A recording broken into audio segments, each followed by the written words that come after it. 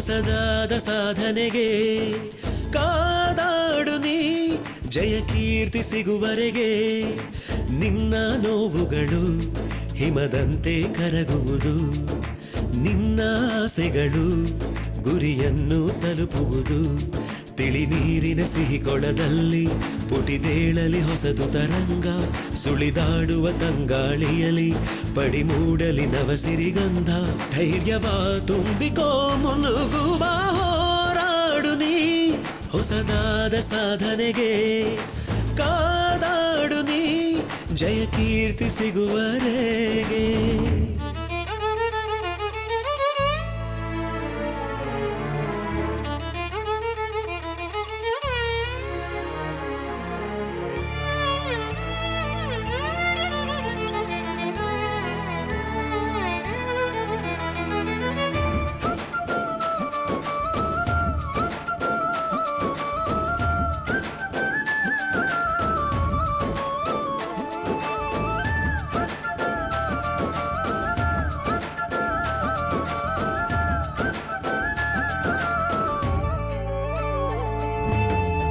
ಹೆಣ್ಣೊಬ್ಬಳು ತಾ ಕಲಿತರೆ ಬೆಳಕೊಂದು ಉಜ್ವಲ ಉರಿದಂತೆ ಹೆಣ್ಣೊಬ್ಬಳ ಕಣ್ಣೀರದು ಮನೆಯನ್ನು ಪೂರ್ತಿ ಸುಡುವಂತೆ ಹೆಣ್ಣೊಬ್ಬಳು ನಗುತ್ತಿದ್ದರೆ ಸಂಸಾರ ಹಾಲ್ಜನು ಹರಿದಂತೆ ಹೆಣ್ಣೊಬ್ಬಳ ಅಳು ಮೋರೆಯೇ ಸುತ್ತೆಲ್ಲ ಹಾಳು ಸುರಿದಂತೆ ಹೆಣ್ಣೇರಿ ಶಕ್ತಿ ರೂಪ ಚಿಂತೆಯ ಬಿಟ್ಟು ಬಿಡು ಪನ್ನೀರ ಸಿಂಚನಕ್ಕೊಮ್ಮೆ ಮುಖವ ಒಡ್ಡಿಕೊಡು ಕರಿಗತ್ತಲ ಹಳೆ ಕೂಪವ ತೊರೆದು ಹೊಸದು ಬೆಳಕು ಬರಿಸು ಹೋರಾಡು ನೀ ಹೊಸದಾದ ಸಾಧನೆಗೆ ಓ ಕಾದಾಡು ನೀ ಜಯ ಕೀರ್ತಿ ಸಿಗುವರೆಗೆ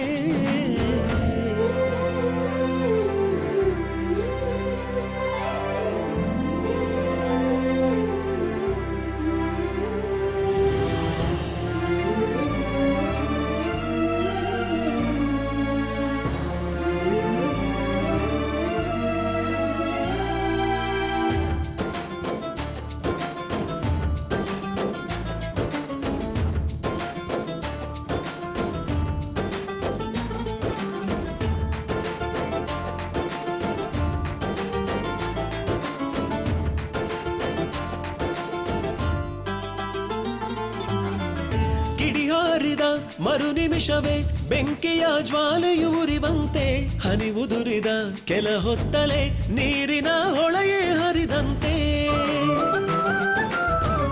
ಬಿಡಿಕಾಗದ ಸೇರ್ದಾಗಲೇ ಇಡಿಯಾದ ಪುಸ್ತಕವಾದಂತೆ ಜೈನೊಡಗಳು ಸುತ್ತಾಡುತ್ತಾ ಮಧುವಿನ ಹುಟ್ಟನ್ನು ಕೊಡುವಂತೆ ಹೋರಾಟದ ನದಿ ನೀರೆಲ್ಲ ಸಾಗರವಾದೀತು ಜಡವಿದ್ದ ಕಣಕಣದಲ್ಲೂ ಜೀವ ತುಂಬಿತು ನೆಲೆಜಾರದೆ ತಲೆಬಾಗದೆ ಪುಟಿದು ಸೆಡೆದು ಭುಜವ ಒಡ್ಡುತ್ತಾ ಹೋರಾಡು ನೀ ಹೊಸದಾದ ಸಾಧನೆಗೆ ಓ ಕಾದಾಡು ನೀ ಜಯ ಕೀರ್ತಿ ಸಿಗುವರೆಗೆ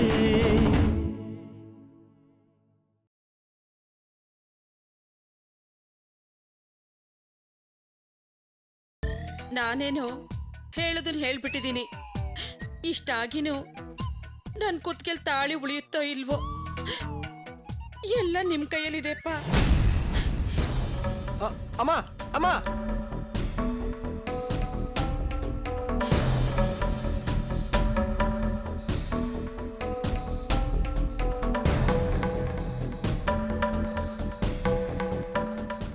ಛೇ, ಈ ಅಮ್ಮ ಸತ್ಯ ಹೋಗ್ತೀನಿ ಅಂತ ಹೇಳ್ತಿದ್ದಾಳೆ.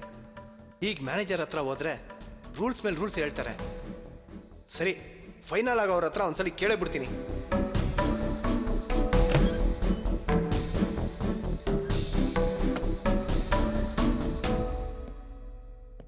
ಸರ್, ನಿಮ್ಮ ಹತ್ರ ಒಂದು ವಿಷಯ ಮಾತಾಡಬೇಕಾಗಿತ್ತು. ಪಾಪ ರಂಜಿತ್, ನಿನ್ನ ಪರ್ಫಾರ್ಮೆನ್ಸ್ ಚೆಕ್ ಮಾಡ್ತಾ ಇದ್ದೆ. ಪರವಾಗಿಲ್ಲ ಕಣಯ್ಯ, ಕಸ್ಟಮರ್ಸು ಡ್ಯೂಸ್ ಕಟ್ತಾ ಇದ್ದಾರೆ. ಅದರಲ್ಲಿ 3 ಜನ ಮಾತ್ರ ಕಟ್ಟಿಲ್ಲ. ಆ ಮುರುಳಿ ಅಂತಿದಾನಲ್ಲ, ಅವನು 1 ಪೈಸಾನು ಕಟ್ಟಿಲ್ಲ ಕಣಯ್ಯ. ಅದೆಲ್ಲ ಬಿಡಿ ಸರ್, ಪಾಪ ಸರ್. ಆ ಮುರಳಿ ಬದುಕೋದಕ್ಕೆ ಒದ್ದಾಡ್ತಾ ಇದ್ದಾನೆ. ಅವ್ರ ಹೆಂಡತಿ ಫೋನ್ ಮಾಡಿ ಅಳ್ತಾ ಇದ್ರು ಸರ್. ಅವ್ರ ಹೆಂಡತಿ ತಾಳಿ ಕಾಪಾಡೋದು ನಮ್ಮ ಕೈಲಿದೆ ಸರ್. ಇಂಥ ಒತ್ತಲ್ಲೆಲ್ಲ ರೂಲ್ಸ್ ಎಲ್ಲ ನೋಡ್ಕೊಂಡು ಕೂತ್ಕೊಂಡ್ರೆ ಕೆಲಸ ಆಗಲ್ಲ ಸರ್. ಕಾನೂನಿಗಿಂತ ಮನುಷ್ಯನ ಜೀವ ದೊಡ್ಡದಲ್ವಾ ಸರ್? ನನ್ನ ನಂಬಿ ಆ ಡಾಕ್ಯುಮೆಂಟ್ನ ತಗೊಳೋದಕ್ಕೆ ಪರ್ಮಿಷನ್ ಕೊಟ್ರೆ 10 ನಿಮಿಷ ಸರ್, ತಗೊಂಡೋಗಿ ತೋರಿಸಿ ವಾಪಸ್ ತೊಗೊಂಡ್ಬಿಡ್ತೀನಿ.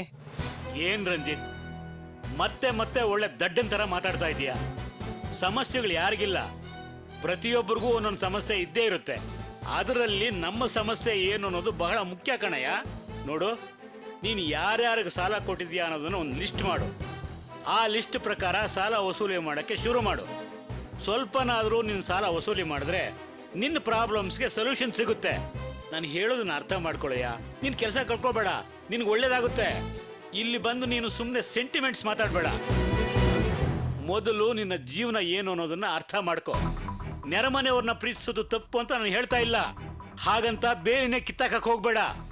ನೋಡಯ್ಯ, ನಾವು ಸಹಾಯ ಮಾಡೋದಕ್ಕೂ ಒಂದು ಲಿಮಿಟ್ ಇರುತ್ತೆ. ಹಾಗಂತ ಬ್ಯಾಂಕಲ್ಲಿ ಪ್ಲೆಡ್ಜ್ ಮಾಡಿರೋ ಡಾಕ್ಯುಮೆಂಟ್ಸ್ನ ತಗೊಂಡೋಗಿ ಕೊಡ್ತೀನಿ ಅಂತ ಹೇಳ್ತಾ ಇದೆಯಲ್ಲ, ಹಾಗೇನಾದ್ರೂ ಮಾಡಿದ್ರೆ ತೊಂದರೆ ಆಗೋದು ನಮಗೆ, ಮೋಸ ಹೋಗೋದು ನಾವು, ಅನ್ಯಾಯ ಆಗೋದು ನಮಗೆ. Be careful.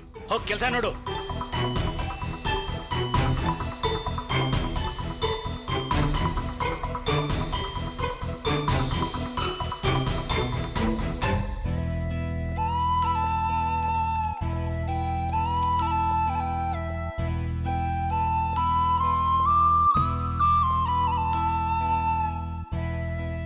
ಮಿಸ್ಟರ್ ರಂಜಿತ್, ಬನ್ನಿ ಇಲ್ಲಿ. ಏನ್ ಸರ್? ನೋಡಿ, ಡಾಕ್ಯುಮೆಂಟ್ಸ್ನ ಚೆನ್ನಾಗಿ ಚೆಕ್ ಮಾಡಿದ್ದೀನಿ, ಎಲ್ಲ ಸರಿಯಾಗಿದೆ. ಡಾಕ್ಯುಮೆಂಟ್ಸ್ನ ಒಳಗಡೆ ಇಟ್ಬಿಡಿ. ಇನ್ನೇನಾದರೂ ಡೌಟ್ ಇದ್ರೆ ನೀವೊಂದ್ಸಲ ಚೆಕ್ ಮಾಡಿ. ಸರ್, ಸೀನಿಯರ್ ಆಫೀಸರ್ ನೀವು ಚೆಕ್ ಮಾಡಿದ್ಮೇಲೆಲ್ಲ ಸರಿಯಾಗಿ ಇರುತ್ತೆ ಬಿಡಿ ಸರ್. ಒಂದು ನಿಮಿಷ ಇರಿ, ತಗೊಳ್ಳಿ ಕೀನ.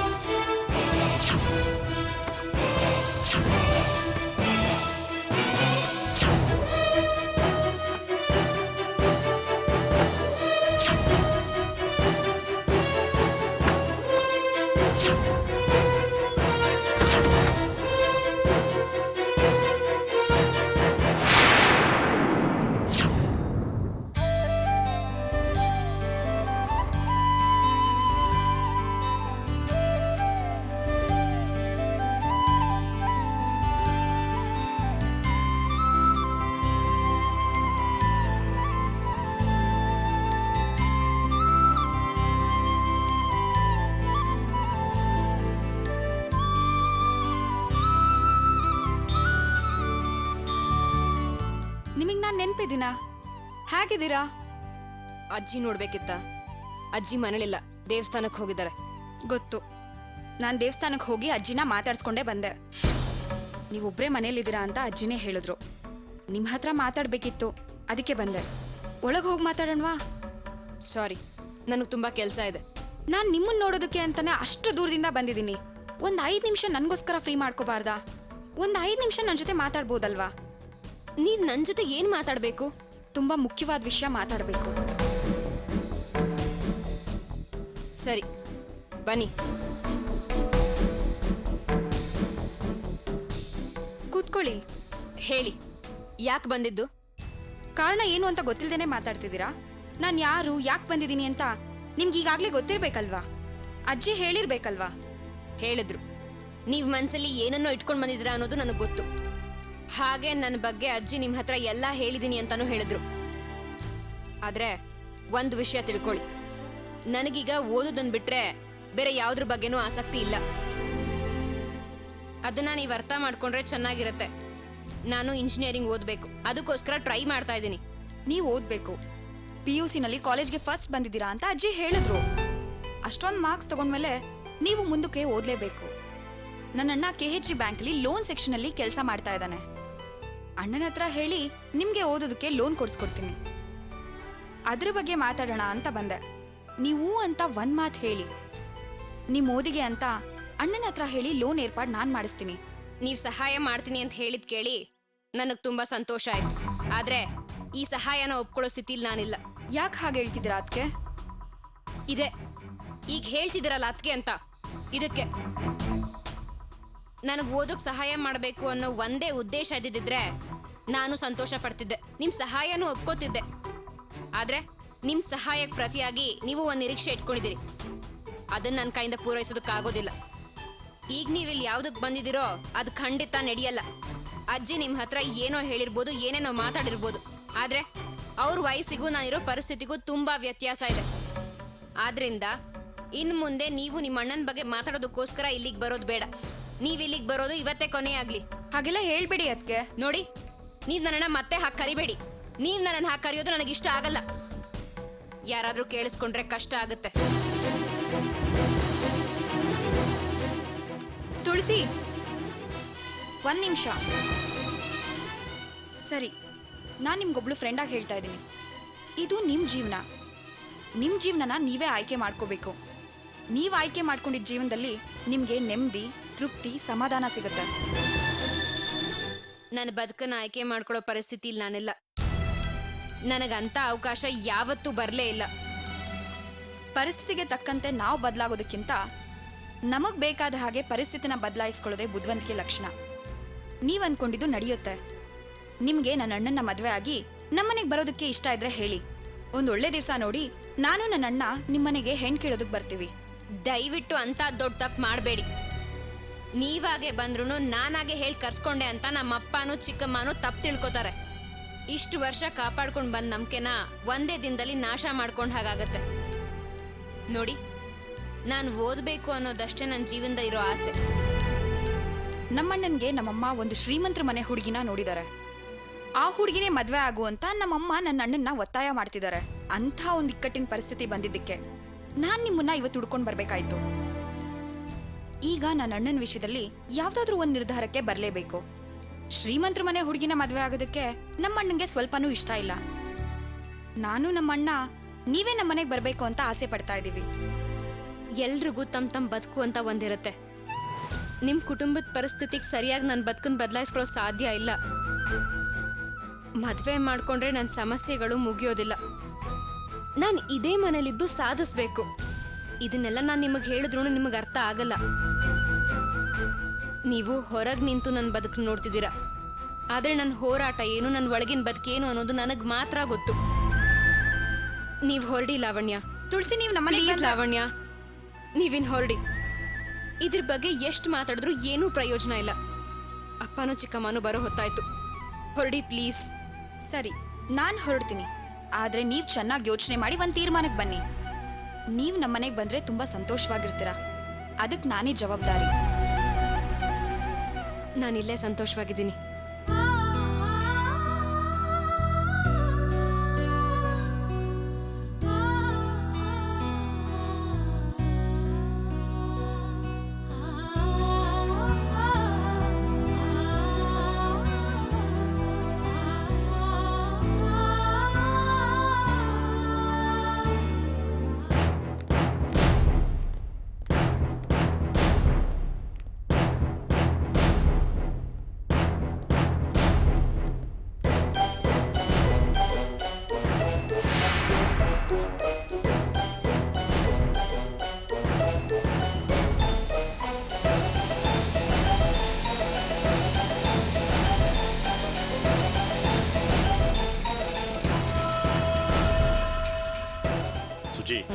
ಅಲ್ಲಿ ನೋಡು.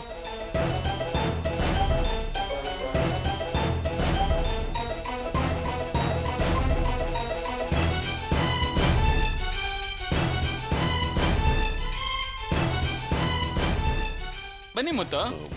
ಅಳಿಯಂತ ಬಂದ್ರ? ಇನ್ನೇನು ಬರೋ ಹೊತ್ತು, ಸ್ವಲ್ಪ ವೇಟ್ ಮಾಡಿ. ರೀ ಅಲ್ಲಿ ನೋಡಿ. ಒಂದ್ ನಿಮಿಷ ಬಂದ್ಬಿಟ್ಟೆ. ಹೊರಡಿ. ನಮಸ್ಕಾರ ಮೇಡಮ್. ನಮಸ್ಕಾರ. ನಮಸ್ಕಾರ. ನಮಸ್ಕಾರ. ನಾವು ಇಲ್ಲೇ ಇರ್ತೀವಿ ಸರ್.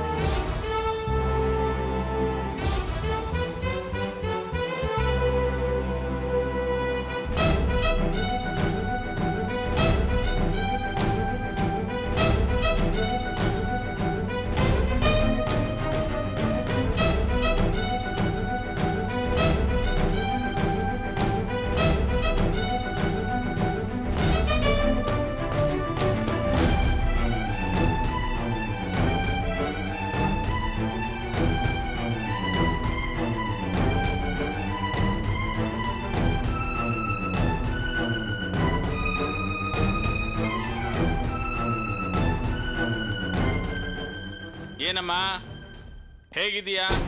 ಲಾಯರ್ ಹೇಳಿದ್ದೆಲ್ಲ ಚೆನ್ನಾಗಿ ನೆನಪಿದೆ ತಾನೆ? ಅವ್ರು ಹೇಳಿದ್ದಲ್ಲಿ ಒಂದು ಪದನೂ ಬಿಡಬಾರ್ದು, ಹಾಗೇ ಹೇಳ್ಬೇಕು. ಹಾಗೆ ಹೇಳಿದ್ರೆ ನಿನಗೂ ಒಳ್ಳೇದು, ನಿನ್ನ ಕುಟುಂಬಕ್ಕೂ ಒಳ್ಳೇದು. ನಿಮ್ಮಪ್ಪ ಜೈಲಿಂದ ಬಿಡುಗಡೆ ಆಗ್ಬೇಕಲ್ಲಮ್ಮ, ಅದು ನೆನಪಲ್ಲಿರ್ಲಿ. ನಮ್ಮ ಸಾಹೇಬರು ಹಳೆದನ್ನೆಲ್ಲ ಮರ್ತಿದ್ದಾರೆ, ನೀನು ಒಳ್ಳೇದನ್ನೇ ಮಾಡ್ತಾರೆ, ಸರಿನಾ?